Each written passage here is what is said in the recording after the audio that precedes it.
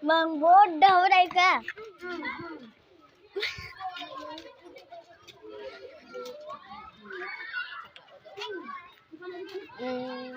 Kita tengok.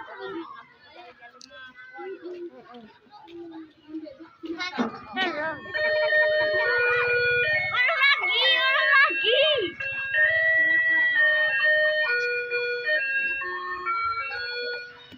Nah, pegang aku nak salam.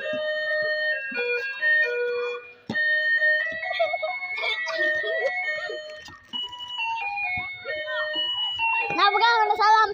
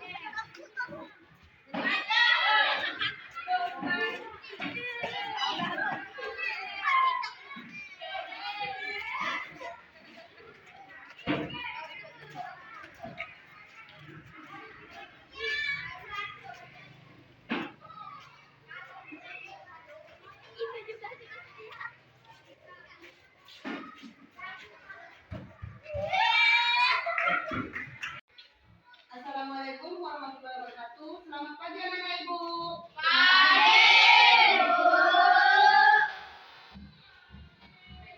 Pagi ini sebelum kita belajar maka kita berdoa menurut agama dan kepercayaan masing-masing orang baik.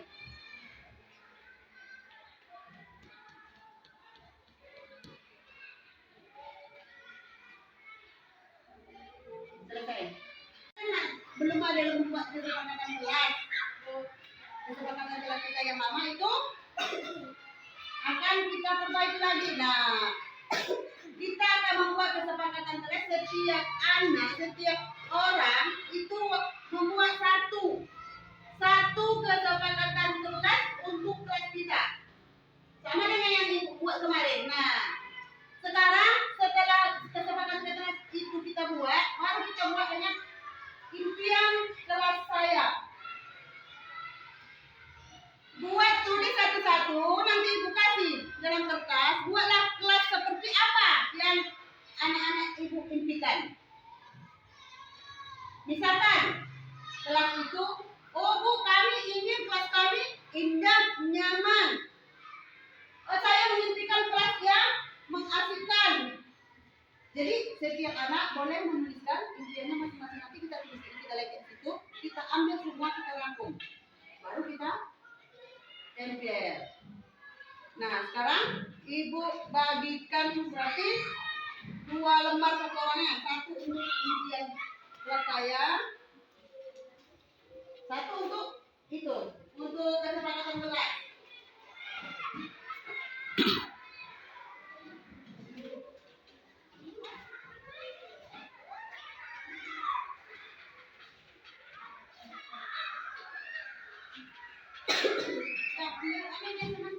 Pena masing-masing juga.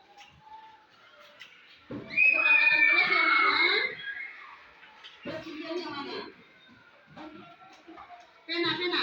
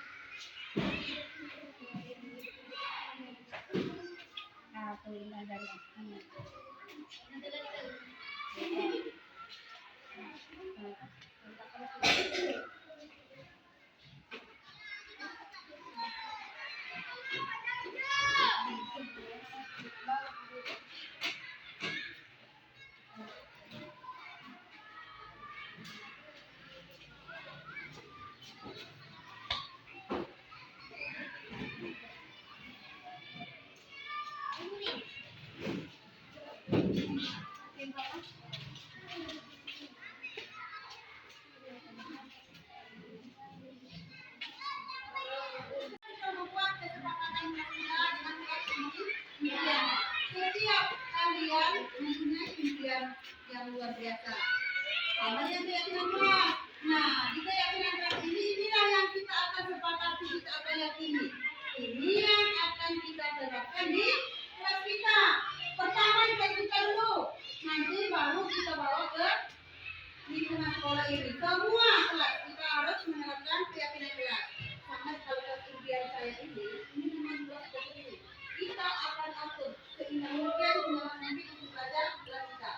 Karena di situ ibu tengok banyak yang mengimpikan kelas yang nyaman, kelas yang indah, kelas yang enak untuk. Mari kita simak bersama-sama Indonesia dikatakan sebagai paru-paru dunia. Sebenarnya itu disebabkan karena di Indonesia ini terdapat hutan yang sangat luas. Merupakan oksigen yang berlimpah. Oksigen merupakan unsur penting dari kehidupan. Namun sayangnya kita sedang berkurang akibat kebakaran atau penebangan pohon hutan secara biasa. Banser ada nah, kira-kira apa yang terjadi dengan banser anak ini? Kita tengok dan kita lihat sama-sama kita baca.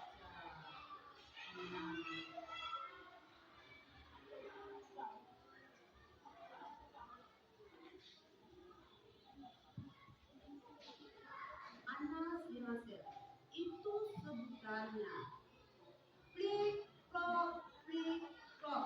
Ini ranselnya jika ia berjalan. Anas suka memasukkan benda-benda ke dalam ranselnya. Begitu bunyi benda-benda yang dimasukkan. Isi ransel anak bermacam-macam. Begitu bunyi barang-barang dalam ranselnya. Mengapa barang-barang itu kamu simpan? Suatu saat akan berguna ke adik. Plok. Ini ransel anak.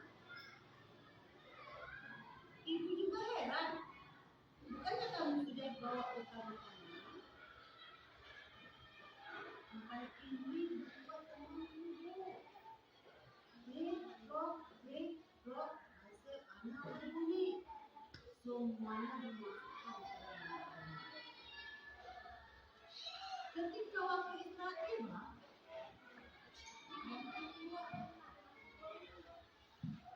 dia melihat seorang pengemis di tepi rantai sekolah.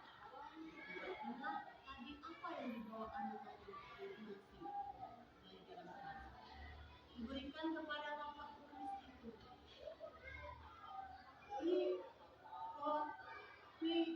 Plok. Ini ransel anak. Terima kasih, Nak. Dia bapak sama-sama. Nah, ketika pulang dari pasar, ibu membeli bolu. Terus bekas bolu ini jangan dibuang ya, Bu. Kata anak. Suatu saat pasti akan berguna. Plok. Hasil anak bertambah lagi isinya.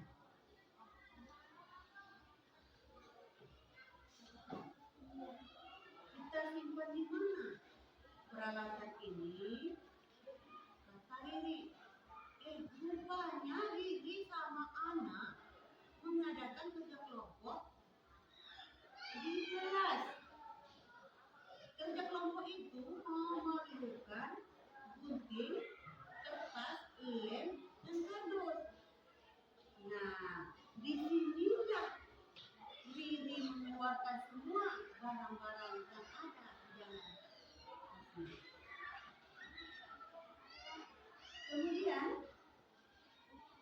Riri menjawab, Ana, oh, tasmu banyak isinya. Jawab Ana, tasku semuanya aku simpan di dalam tas ini. Apapun barang-barang yang aku butuhkan. Break, drop, break, drop. Hasil anak kembali berbunyi. Nah, ketika saat ke sekolah, tiba-tiba tas Riri tutup. Tasnya tidak bisa ditutup. Klik, drop, klik, itulah bunyi ransel anak.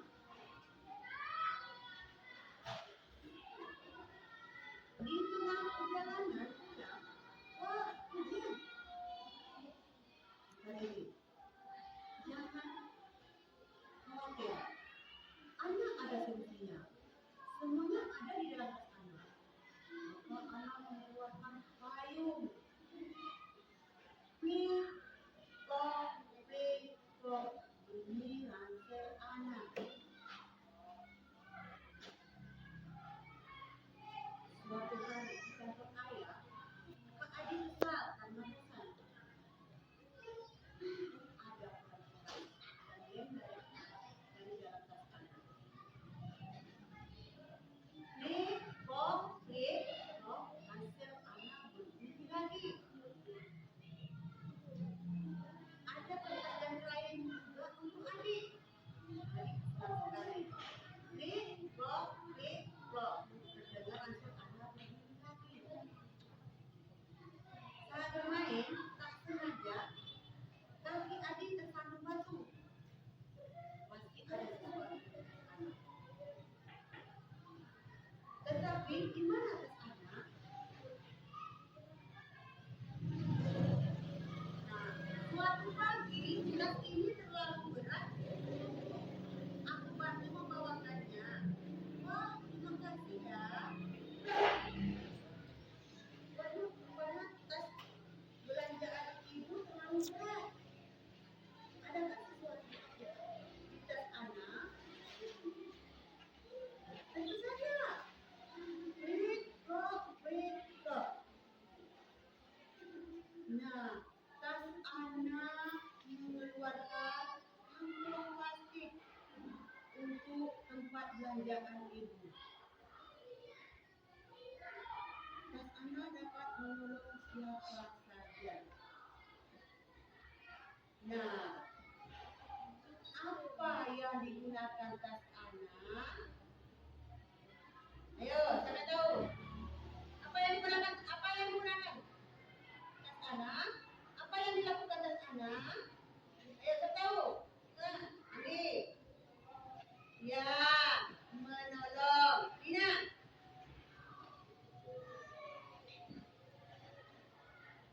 Menolong.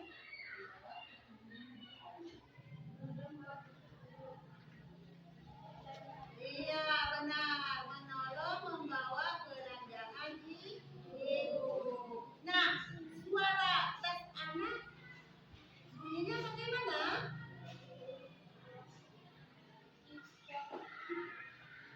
Klik, drop. Nah, ulang sekali lagi. Klik,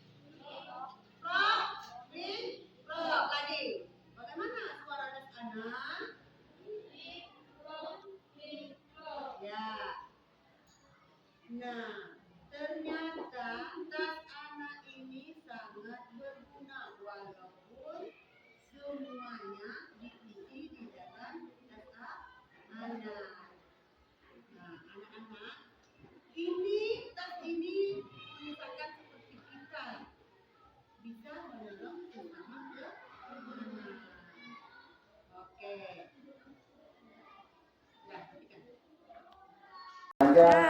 Assalamualaikum warahmatullahi wabarakatuh.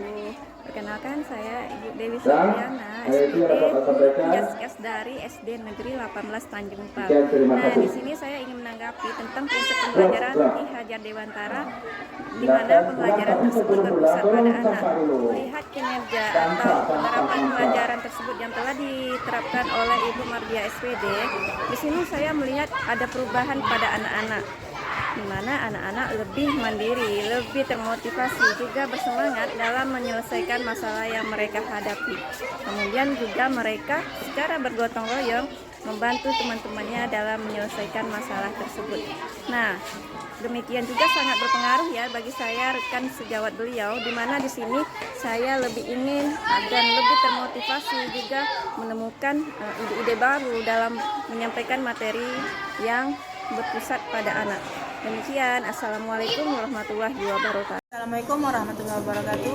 Saya Eka Puspitasari, SPD. Saya adalah guru SDN 18 Tanjung Empal dan merupakan rekan sejawat dari Ibu Mardiah SPD yang mengikuti program CGP angkatan 9. Baiklah, di sini saya akan menyampaikan testimoni tentang Ibu Mardiah SPD. Ibu Mardiah itu adalah seorang guru yang aktif, kreatif dan inovatif dalam pembelajaran di kelas. Salah satu aksi nyata yang dilakukannya yaitu selalu mempersiapkan media pembelajaran atau media ajar sesuai dengan kebutuhan siswa di kelasnya. Dan banyak hal lagi, Bu Mardiah ini selalu mencari referensi terbaru, terupdate dari berbagai sumber untuk meningkatkan kompetensi belajar, dan diharapkan nanti Ibu Mardiah ini dapat berbagi praktek baik bersama teman-teman rekan sejawat lainnya untuk saling berkolaborasi dalam mencapai tujuan pembelajaran dan menciptakan sekolah yang lebih baik lagi dari sebelumnya. Baik, terima kasih. Assalamualaikum warahmatullahi wabarakatuh.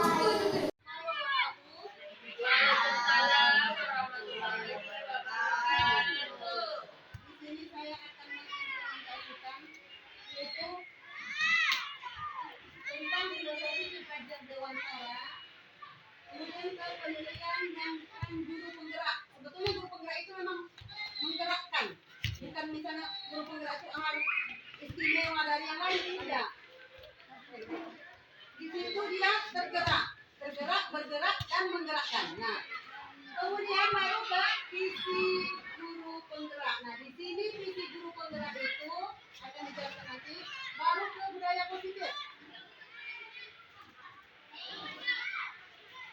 Apa itu filosofi Ki Hajar Dewantara? Nanti kita banyak kekurangan setelah disuruh renungkanlah apakah Anda sudah menjadi sebagai guru. Sekali kita belajar mengenai Ki Hajar Dewantara, tujuan pendidikan adalah menuntun segala kodrat yang ada pada anak agar mereka mencapai keselamatan dan kebahagiaan yang setinggi-tingginya, baik sebagai manusia maupun sebagai anggota masyarakat. Dan pernyataan Ki Hajar Dewantara, maka guru sebagai seorang penuntun harus memahami nilai-nilai yang dimilikinya sebagai seorang pendidik. Tapi kita memang disuruh kita mencari jati diri kita sendiri dulu.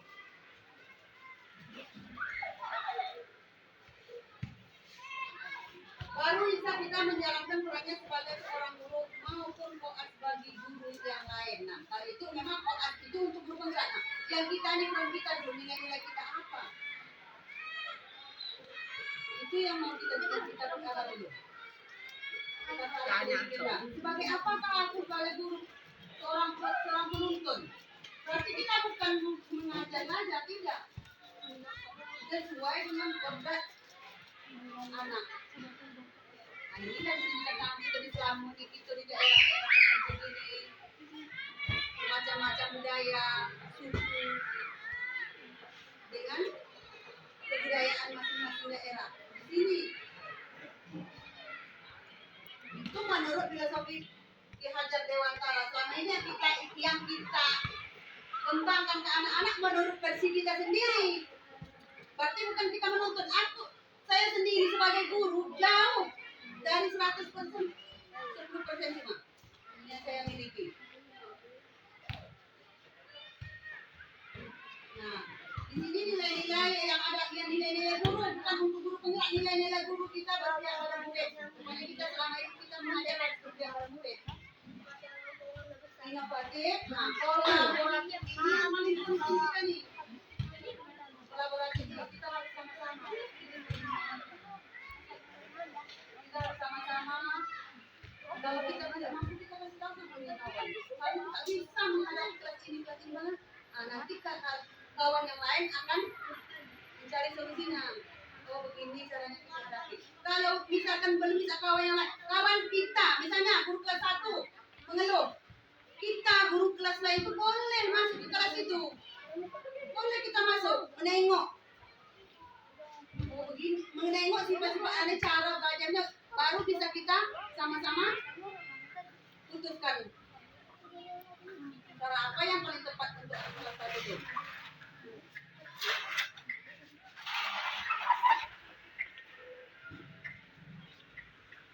Kemudian reflektif dan mandiri. Nah, ini kepada anak-anak. Masuk ketika ke Usaha di dulu kamar. Hah? Usaha di dulu. Apa? Usaha di dulu. Bukan ini. Ada dulu. Ini. Nah, yang tadi ya tadi. Hmm. Ini gara-gara kita ke KG, kita tuh membagi. Iya. Kan mulai naik. Jadi kan kata kamar tadi itu kan ini naik kayak gitu kan. Dengan tamnya. Nah, Ini nilai-nilai dulu lah. Kita perlu bergerak nilai-nilai itu dulu. pertama ada ini kan yang jadi bandara nih. Itu harus berpihak pada murid. Sekarang kalau satu aku sebelumnya kita mengaji sudah berpihak pada murid. Jadi sekarang itu bukan lebih pandangan. Kalau menurut kamar kan sekarang kita belum berpihak pada murid. Yang berpihak pada murid itu yang seperti aku. Masuk di kamar ini. Coba kasih aku sudah berpihak pada murid kasih perkembangan kan? Bagi kita kan setelah kita mempelajari menurut Ki Hajar Dewantara, kita belum seutuhnya berpihak pada murid, belum seutuhnya jadi seorang penuntun. Nah, anak otomatis kan anak kita kan masih banyak yang belum berhasil. Nah, di keberhasilan anak itu, oh anak aku tak bisa dibuat belajar mandiri, tak bisa dibuat buat proyek itu, tak bisa diajari misalnya belajar berkelompok. Di mana kesalahan kita? Nah, di situ kita kelemahan kita belum merefleksi diri kita sendiri. Itu berpihak pada murid kita belum bisa menentukan pelajaran apa yang tepat untuk anak tuh. Belum bisa. Yang paling tepat. Berarti itu lebih pada ke reflektif ya. Ya. Itu merefleksi diri gitu kan. Tapi masa tadi itu sekarang kita dianggap kita ini kan belum berpihak pada murid. Tapi langkahnya tuh itu yang berpihak macam pada murid itu yang mana sebetulnya kegiatan kita di kelas? Kegiatan kita di kelas pertama, kita harus membuat dulu keyakinan kelas kita sendiri. Contoh. Contoh, membuat keyakinan kelas. Memang udah dibuat sudah kan? Kalau Keyakinan kelas itu dibuat nanti kita buat. Suruh murid dulu membuat keyakinan kelasnya apa-apa saja yang tidak boleh dilakukan di kelas. Jika dilakukan apa konsekuensinya? Dia sendiri yang kita tanya. Kita tidak boleh lagi menghukum. Misalnya menghormati sesama.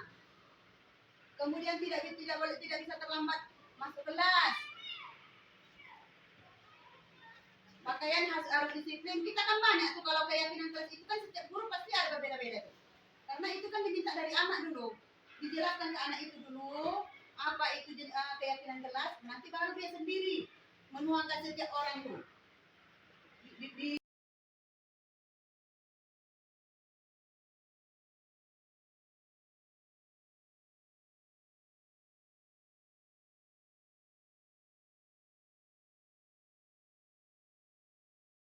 Hadir di kelas 5A, belajar dengan Ibu Mardia sangat menyenangkan kami. Saya Anggi kelas 5A, kami suka dan senang belajar dengan Ibu Mardia.